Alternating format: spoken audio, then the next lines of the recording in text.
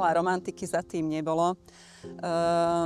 Ale pravdou je, že keď sme sa dozvedeli o možnosti alebo o príležitosti kúpiť tento areál a prišli sme sa sem pozrieť, tak samozrejme nás opantali pozitívne emócie, napriek tomu, že ten areál bol naozaj v zúboženom stave, ale tak ako som už viackrát spomínala, ten pokoj, ktorý tu sála v tomto prostredí, tak ten tu bol aj vtedy, aj keď ten areál vyzeral naozaj neutešene.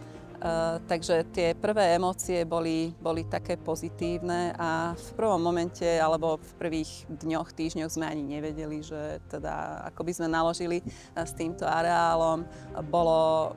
Mali sme viacej scenárov rozpracovaných, ako zveladiť alebo ktorým smerom sa ubrať, ale nakoniec zvíťazili čísla v Exceli a tie nám ukázali, že asi